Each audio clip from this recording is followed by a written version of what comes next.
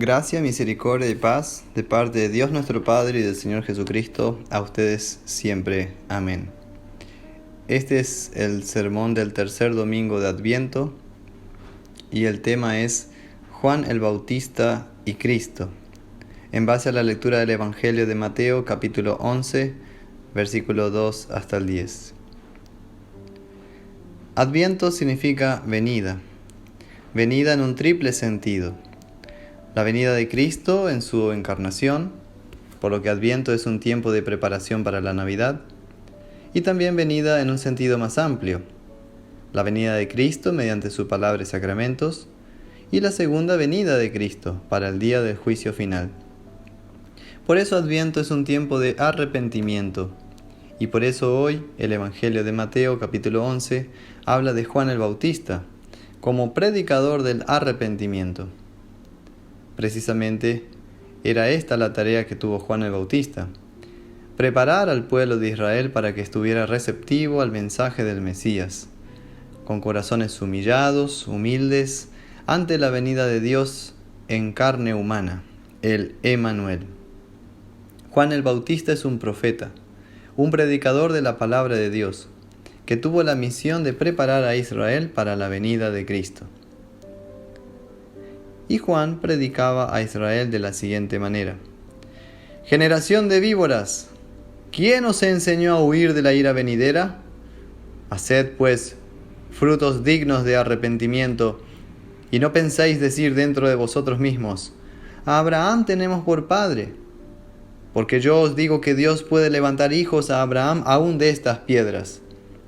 Y ya también el hacha está puesta a la raíz de los árboles. Por tanto, todo árbol que no da buen fruto es cortado y echado en el fuego. Yo, a la verdad, os bautizo en agua para arrepentimiento. Pero el que viene tras mí, cuyo calzado yo no soy digno de llevar, es más poderoso que yo. Él os bautizará en Espíritu Santo y fuego». Mateo 3, 7 al 11. Sin embargo, la mayor parte del pueblo de Israel no supo reconocer a Juan Bautista como mensajero, representante, profeta y predicador del Señor Jesús, como tampoco la mayoría de Israel creyó en Cristo como el Mesías. Por eso todavía hoy los judíos siguen esperando un Mesías político y militar. Una razón para no seguir a Jesús como el Mesías era porque éste parecía apenas el hijo de un carpintero pobre de Nazaret, de José y de María, una mujer también pobre. Jesús tampoco había nacido entre las familias de los sacerdotes del templo. Por eso, el excelente testimonio de Juan Bautista de que este Jesús de Nazaret es el Cordero de Dios, para ellos no podía ser verdad. Israel esperaba un Salvador poderoso militarmente y un gran sabio de entre los sacerdotes, o un majestuoso rey. Y de esta manera equivocada de ver al Mesías Cristo, Juan no los pudo persuadir. Aparentemente, la vida de Juan el Bautista termina en el fracaso. Dice el Evangelio que al final Juan termina en la cárcel. Y es desde allí que Juan manda a dos de sus discípulos para preguntarle a Cristo: ¿eres tú aquel que había de venir o esperaremos a otro? Respondiendo Jesús les dijo: «Id y haced saber a Juan las cosas que oís y veis. Los ciegos ven, los cojos andan, los leprosos son limpiados, los sordos oyen, los muertos son resucitados, y a los pobres es anunciado el Evangelio. Y bienaventurado es el que no haya tropiezo en mí». Juan el Bautista parece confundido y hasta desesperado. ¿Por qué envía a dos discípulos suyos que le pregunten a Jesús si realmente es el Cristo? ¿Acaso Juan no conocía quién era Jesús? El mismo Juan había enseñado de Cristo y el papel que él tenía como precursor de Cristo en estos términos: «Vosotros mismos me sois testigos de que dije: yo no soy el Cristo, sino que soy enviado delante de él. El que tiene la esposa es el esposo, Mas el amigo del esposo, que está a su lado y le oye, se goza grandemente de la voz del esposo. Así pues, mi gozo está cumplido. Es necesario que él crezca, pero que yo mengüe. Juan 3, 28 al 30. Juan sabía perfectamente que Jesús era el Mesías y que la gente debería considerarlo a él, a Juan, como el apóstol San Pablo también dice de sí mismo a los cristianos de Corinto: téngannos los hombres por servidores de Cristo y administradores de los misterios de Dios. 1 Corintios 4, 1. Pero en ese momento, estando en la cárcel, Juan tiene serias dudas con respecto a Cristo y sobre su misión como profeta del Señor.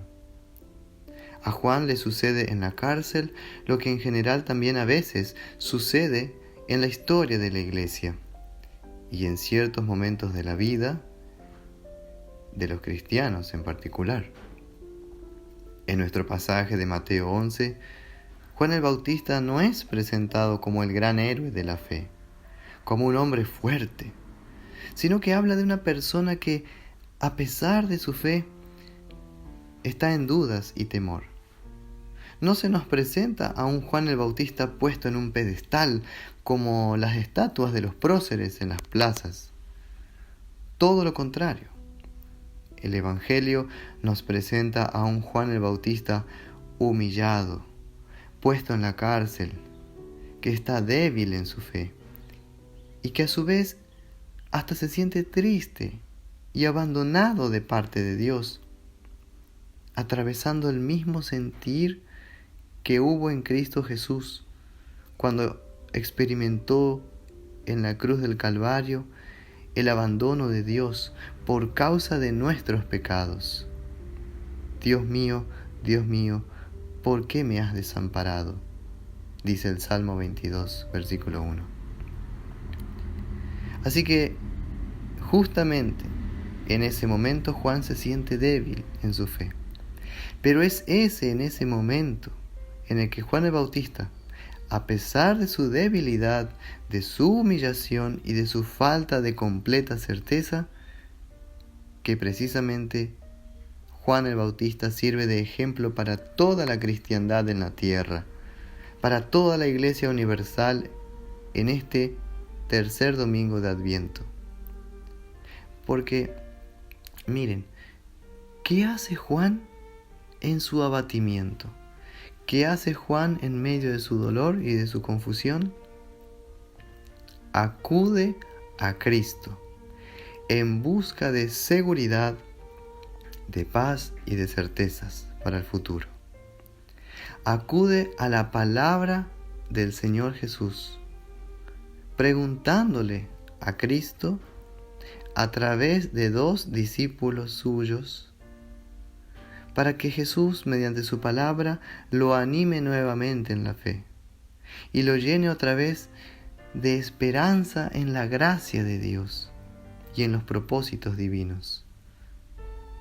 Juan el Bautista en este tiempo de Adviento nos enseña a encontrar refugio y fortaleza en el único lugar donde la Iglesia puede encontrarlo, que es en la palabra infalible de Dios, en el Evangelio de Cristo, que es oído y recibido en sus santos sacramentos. Aparte de estos medios de gracia, del Evangelio y los sacramentos, Jesús no va a responder, porque Cristo solamente quiere habitar, hablar y comunicarse con nosotros, sus cristianos, a través de su palabra y sacramentos, de la palabra infalible de Dios, de la Sagrada Escritura, y a través de la predicación fiel de sus pastores, mensajeros y maestros, debidamente llamados por Cristo a través de su Iglesia. Pero, al igual que Juan el Bautista, debemos aprender nosotros los cristianos a formular las preguntas correctas delante de nuestro Señor Jesucristo. Y la pregunta de Juan es bien específica. ¿eres tú aquel que había de venir o esperaremos a otro? La actitud con la que Juan hace la pregunta también es importante, porque es una pregunta a Cristo que nace de un corazón contrito, humilde delante de su Señor, un corazón humilde. Es una pregunta que brota de un corazón que anhela plena certeza para su vida, frente a un contexto, frente a un entorno que es hostil y enemigo hacia su propia persona. Porque a causa de Herodías, la mujer del rey Herodes, fue que Juan había sido puesto en la cárcel, porque Juan le había denunciado su pecado de infidelidad al rey Herodes y de adulterio. Así que la pregunta que hace Juan a Cristo no es meramente para obtener un dato para anotar en un examen de doctrina cristiana. No, sino que lo que hace, lo que formula, es una pregunta existencial que tiene que ver con la perdición o la salvación eterna. Juan le pregunta a Jesús a través de estos mensajeros: «Oh Cristo, ¿tú eres realmente quien dices ser o debo esperar por otro Salvador? ¿Eres tú mi Salvador? ¿Eres tú mi refugio y ayuda segura frente al pecado, la desesperación, el diablo y la muerte que me acecha a cada instante? ¿O deberé poner mi fe y esperanza en alguien más?» ¿Y qué le responde Cristo nuestro Señor a Juan? Su respuesta dice: «Id y haced saber a Juan las cosas que oís y veis. Los ciegos ven, los cojos andan, los leprosos son limpiados, los sordos oyen, los muertos son resucitados, y a los pobres es anunciado el Evangelio. Y bienaventurado es el que no haya tropiezo en mí». Mateo 11, 4-6. La respuesta de Jesús parece algo ambigua o general en un principio, pero sin duda fue un bálsamo de dulce paz y consuelo para Juan el Bautista. Por medio de indicar las obras que Cristo hace y es capaz de hacer, dar vista, hacer andar, curar, hacer oír, dar vida a los muertos, anunciar el perdón y la vida eterna a los afligidos pecadores, es que Cristo trae de nuevo paz al corazón de Juan el Bautista. La respuesta que le dice Jesús a Juan es más que un simple «sí, soy el Mesías», porque la respuesta de Cristo incluye la razón por la cual es el Hijo del Dios viviente. Incluye también el por qué. Porque Jesús da vista a los ciegos. Jesús solo Él puede dar salud a los paralíticos. Solo Él devuelve la salud y la dignidad a los leprosos. Solo Él hace oír a los sordos. Solo Él resucita a los muertos. Y solo Él puede predicar a los pobres el Evangelio de la paz a través de la fe en Él. En verdad, la respuesta de Cristo, si se la mira detenidamente, habla de su persona y de su obra de una manera muy completa y detallada, brindando así una seguridad y un ánimo también completos para el corazón humilde y afligido de Juan el Bautista.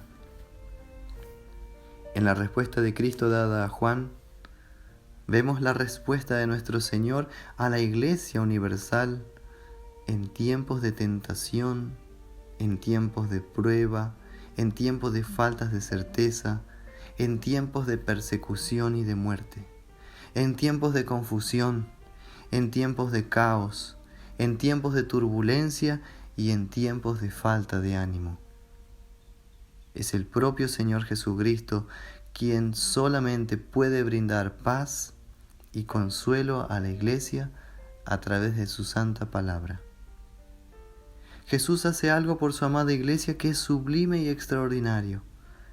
Le brinda su paz y comunión completas, sin limitaciones, sin poner condiciones, sin hacer extorsiones y sin ningún error. La paz de Cristo para su Iglesia es una paz completa, divina y celestial, que sobrepasa todo lo que podemos pensar y entender. La paz de Cristo para los mansos y humildes es perfecta, es llena de gracia, es vida para los huesos cansados y refugio seguro para los que están con miedo a la muerte. La paz de Cristo a través de su santa palabra es ánimo para los corazones abatidos y vida para los que están bajo los lazos de la muerte. La palabra de Cristo abre otra vez el oído de la Iglesia para que, oyendo de nuevo la voz tierna de su Salvador, la Iglesia pueda cantar de su amor. La palabra de Cristo da nuevamente luz, dirección y vista a su Iglesia. Iglesia que estaba sumida en el error de la idolatría, para que de ahora en adelante solo sirva al Dios vivo y verdadero. Es por la palabra de Cristo que una iglesia paralizada en el miedo y la confusión del pecado recibe consuelo y esperanza para levantarse otra vez y seguir adelante, seguir cargando su cruz, seguir a su Maestro y Señor. Incluso si la iglesia deba atravesar junto con Cristo su pasión y su cruz, porque sabe que después de esto le sigue la resurrección y la vida eterna.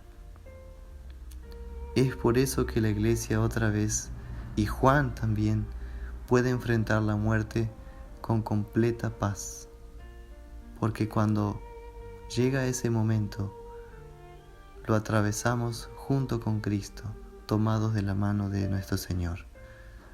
Y ahí atravesamos la pasión y la muerte, porque sabemos que al tercer día sigue la resurrección del Señor y también la nuestra, para la vida eterna. Mientras llegue ese momento de ese día final, o del día del juicio final también, mientras tanto es que nuestro Señor entrega a la iglesia el Evangelio de la paz como administradora del mismo, para predicarlo al mundo entero, fielmente, como Juan el Bautista lo hizo, y según el encargo y la misión del propio Señor Jesucristo.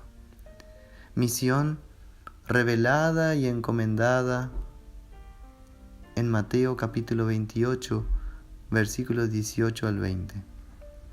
Así dice el Señor: Toda potestad me es dada en el cielo y en la tierra. Por tanto, id y haced discípulos a todas las naciones, bautizándolos en el nombre del Padre, y del Hijo, y del Espíritu Santo, y enseñándoles que guarden todas las cosas que os he mandado.